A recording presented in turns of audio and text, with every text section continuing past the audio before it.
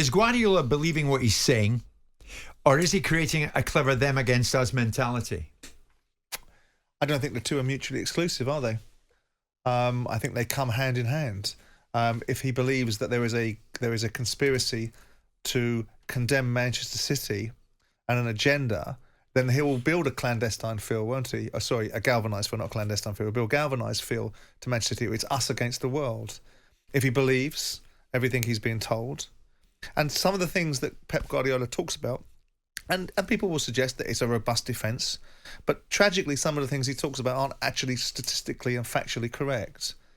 The 9 clubs he talks about, clubs that would not actually be that much affected by Manchester City, the Burnleys, the Norwiches of the world, that aren't competing for the top 6 in the league, that aren't going to be massively impacted by Manchester City and their situations, are clubs that didn't want Manchester City expelled. They wanted Manchester City to not be allowed to delay and to prevaricate and to kick things into the long grass, which by their own admission they do. They're very happy to spend £30 million of their money tying up UEFA and anyone else that will come anywhere near them, whether it's a Daily Mail journalist that wants to go into court to hear this and be part of the process of hearing what's been said in hearings, and the Daily Mail got an injunction and a judgment through the British judicial system to be part of it. Manchester City will tie you up in knots. So the argument is that those 9 clubs wanted Man City not to be able to delay. If there's going to be a consequence for their behaviour, give it to them. If there's not going to be a consequence, exonerate them. That's what they were advancing. And when you build this idea that what they got was a complete exoneration from the Court of Arbitration of Sport, you're falling on infertile ground.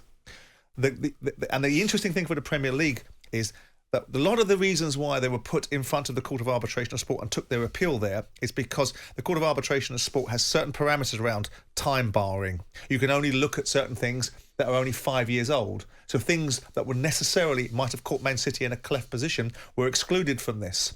Emails that are a central part of UEFA's case and will form a central part of the Premier League's case were excluded from the conversation because Manchester City said they weren't contextually right, which must mean that Man City have the full body of emails now that can show you why these emails were contextually taken out, or more to the point, taken out of context and not representing the right way. So clearly, the Premier League, with far more ranging remits, will be able to say, OK, if these emails, which are quite damaging to Manchester City, are then included in an email trail where the whole context is put into play, then we might actually see the full context of the reasons why you've been put 128 or whatever it is charges.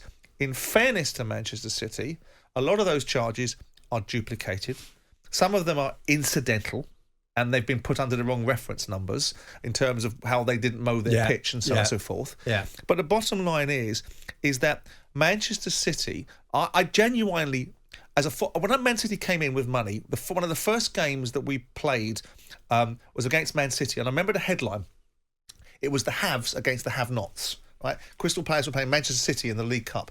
And not for 1 second did it occur to me that I have an agenda against Man City. I don't want Man City to progress because they've got lots of money or they've got Middle Eastern ownership. What I want Man City to do is be innocent or guilty of something and then be consequenced it. And if they're not guilty, prove it unequivocally. Don't tie things up in long grass. Don't use time bars.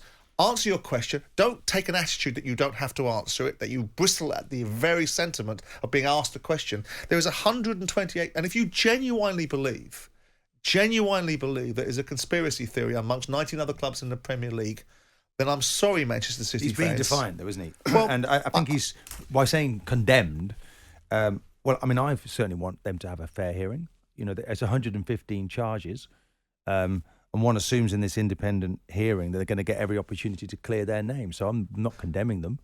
They had every opportunity to clear their name with cash. Maybe, though, that works with the narrative in terms of that siege mentality, that the world against us, you know, to develop that fire in the bellies, as he said, has not been there. It's certainly there at the weekend against Villa. This is bigger than this, though. But it galvanises that team together. But this is bigger than this, Martin. You're just micromanaging it. This is after the heart. So you don't think it's relative then? Well, if you're in a dress, you've been in enough dressing rooms to know that this outside noise doesn't help you on the inside get stronger and better. I'm not talking about the micro level that you want to manage it. I'm talking about the heart and soul of English football.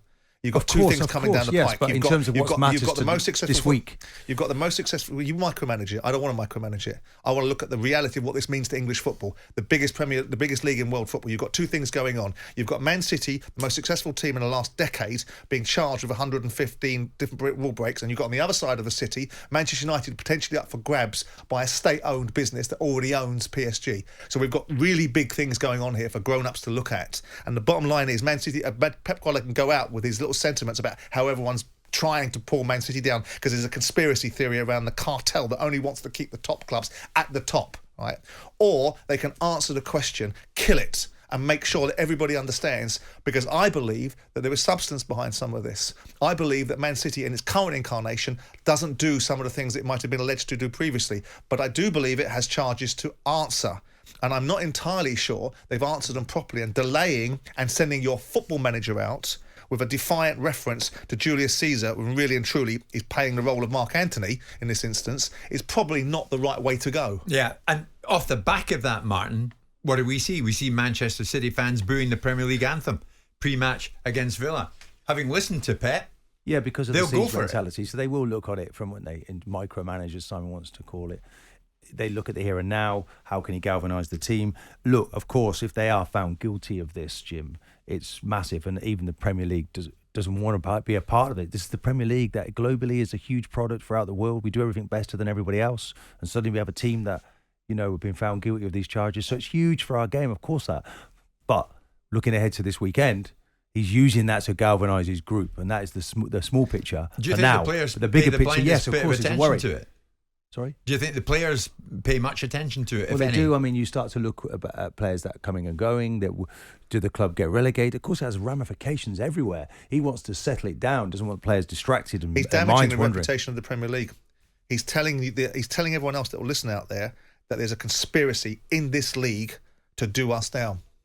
And that's not great for the Premier League. And also the more challenging thing for us is we ain't going to see this resolved within half a decade. This is going to be tied up in all manner of stuff. And ultimately, it's great fodder for the media. But the damaging aspect of it is that we must clean house. In and the same mud way, will stick for a while. and we must clean. And Man City must want it cleaned. Because I've been in the camp, and maybe I'm a naive businessman that's failed and succeeded in equal measure, but I've won every court case I've been involved in. And every court case I've been involved in that I've been innocent on, I've been on the front foot. And I've not wanted to use my power to be able to create subterfuge or mixed messages or tie people up in £30 million of legal fees. I've wanted that person that's accusing me to be clear, explicitly And clear. what was Pep then supposed to have said in that press conference?